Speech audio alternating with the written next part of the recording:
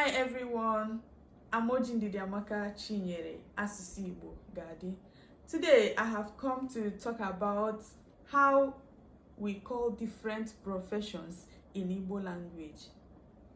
If today happens to be your first time joining me or watching me, thank you so much for your time.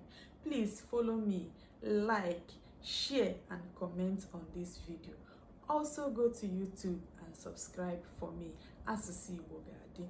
If you also want me to teach you or teach any of your relatives, your kids, your friends how to speak, write and then read Igbo language, please write me or call me on the phone number you're seeing on the screen.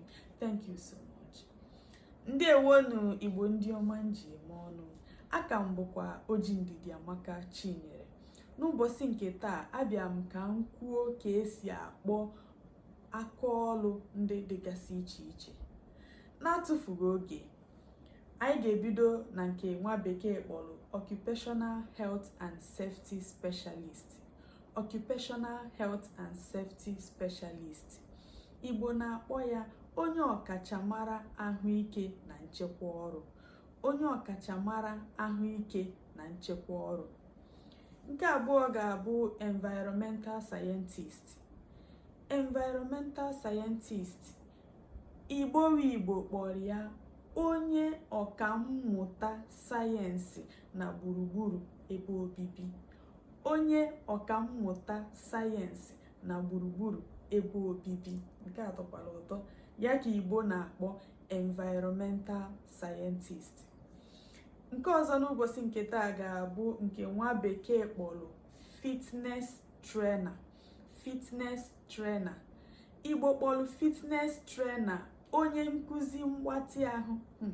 Onye nkuzi mgbatị ahụ.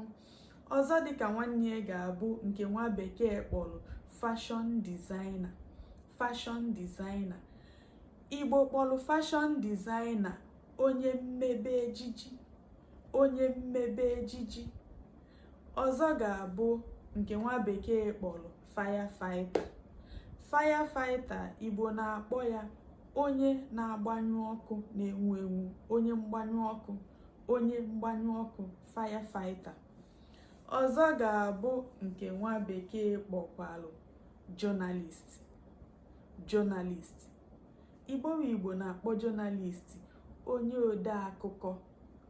Onye ode akụkọ. Onye ode akụkọ ka Igbo na-akpọ Journalist. Ọzọ ga-abụ Human Resource Manager. Human Resource Manager.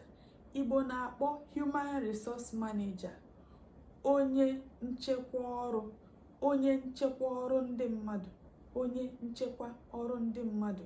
Human Resource Manager onye nchekwa ọrụ ndị mmadụ.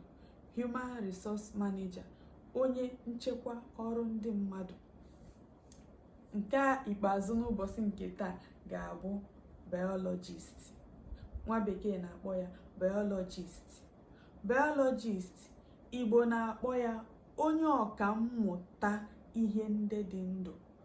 Onye ọkammụta ihe ndị dị ndụ. Biologist. Onye ọkammụta ihe ndị dị ndụ. Ndewonu Igbo ndị ọma na-ege ntị. Ebe a ka anyị apịachie n'ụbọchị nke taa. Biko atụfukwana oge gị ịgbaniri m isi aka elu. Ideru m mgbazi onu ọbụla ma ideru m ihe ọbụla i chere ma ekwute gị na okpuru ihe onyonyo a. Ya na etosakwara m ihe onyonyo a ka o ruo onye ọbụla aka. Biko echefukwana ijekwu na nke nwa bekee kpọrọ YouTube iji ibe ahụ ịkụtụkwalụ nwa mgbịrịmgba. Ịsọbskraịbụ kwa ka nwa bekee si kwuo ya. Ịsọbskraịbụ ọlụ mgbanikwuolu m isi aka gị elu. Biko echefukwana na m na-akụzikwe asụsụ Igbo ka esi ede ka esi agụ asụsụ Igbo. Ọ wụrụkwa na ị chọrọ na o nwere onye ị chọrọ ka m kụzielu, detelu m ozi n'akara ekwentị anyị na-ahụ ma ọ kpọtụrụ m n'akara ekwentị anyị na-ahụ n'ihe onyonyo a. Asụsụ Igbo ga-adị. Igbo amaka. Igbo niile bụ ofu.